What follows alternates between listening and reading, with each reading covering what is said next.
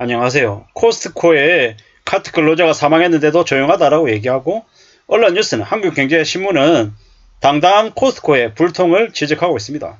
근데 조금 다른 시각에서 얘기해 볼게요. 코스트코가 영업이익률도 3.5%로 다른 한국의 유통기업에 비해서 영업이익률이 매우 높은 편입니다. 왜 그렇게 높을까요? 사람들이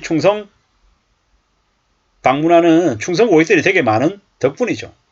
코스트코에 쇼핑하러 가려면 어떻게 하냐면 주차장에서 있잖아요. 주차를 하고 가족들이 내려가서 쇼핑하는 게 아니고 주차장 입구에서 가족들을 먼저 떨어뜨립니다.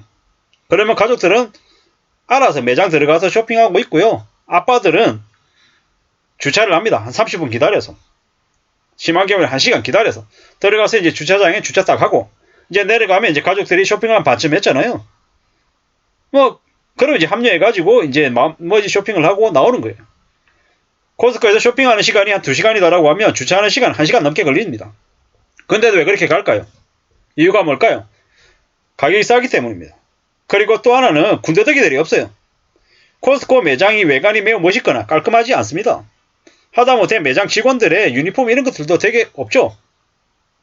불필요한데 돈을 안 쓴다라는 겁니다. 또 하나 뭐가 있냐? 코스트코는 다른 오프라인 마트 막 이런 데 비해 가지고 대관 비용들 안 써요. 상대적으로. 한국은 어떠냐? 한국의 대형마트들은요, 공정위 조사 나오면 공정위 정관 예우에 있는 직원들 미리 이제 해가지고 있잖아요. 그 사람 통해가지고 언제 조사 나오는지 알고 불필요한 이제 값이라고 했던 이런 것들 있잖아요. 서류나 아니면 여러 가지 행동들 있잖아요. 다 정리하고 대응하고 준비해가지고 대처합니다. 왜냐? 구린 게 많다라는 거죠. 대한민국에 있는 국내 유통기업들은 암암리의 협력업체, 그러니까 거래처들을 통해 가지고 수많은 갑질들을 많이 하죠. 장려금이다, 마진, 수수료, 매대, 장려금 여러 가지 비용을 이용을 해서 좀 취하는 게 되게 많아요. 갑질을 많이 한다고 봐야 됩니다.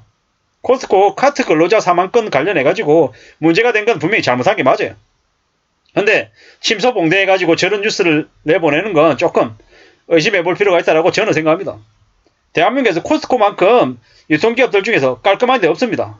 파트너들, 협력사들, 거래처들 입장에서 말이죠. 왜냐?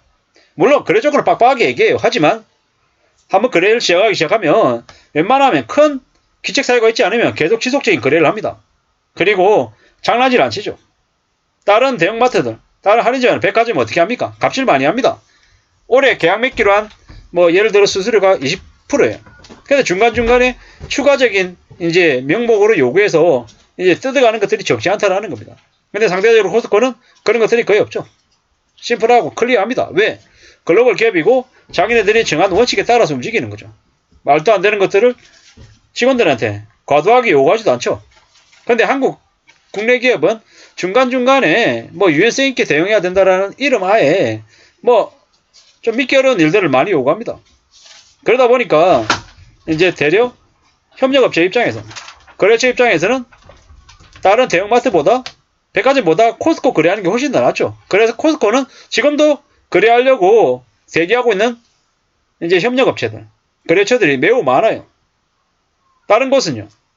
사실 매출 볼륨 때문에 하긴 하지만은 그것 때문에 암암리에 감소하는 것들이 적지 않다라는 겁니다. 그래서 저는 이제 이런 뉴스를 보면서 무슨 생각이 들었냐 좀 의심이 가는 거죠. 코스트코에 대해서 너무 과도하게 때리게 하는 게 아닌가라는 거죠. 불통 경영이다. 라돈 베개 판매, 오펠슨 무단 방류, 카트 근로자 사망, 직장 어린이집 설치 규정 위반, 해명이 없다, 무응답이다라고 얘기해서 지적한다라는 건데, 다른 데는요. 다른 데 그닥 이렇게 직장 어린이집 설치, 그게 아주 크게 대단한 겁니까? 제가 생각할 때는 여기서 나오는 이 잘못이라고 하는 수년간 생겨났다고 하는 각종 사건 사고 이런 것들에 대해서 너무 심플하게 얘기하니까 지금의 대한민국 언론들이 뜯어먹을 게 없다라고 생각하고 좀 기분 나빠하는 게 아닌가? 저는 의심이 좀 드는 거죠. 왜 자기들한테 로비도 안 하니까. 어떻게 보면 소명 안 함. 이게 제일 깔끔할 수 있다라는 거죠. 소명한다?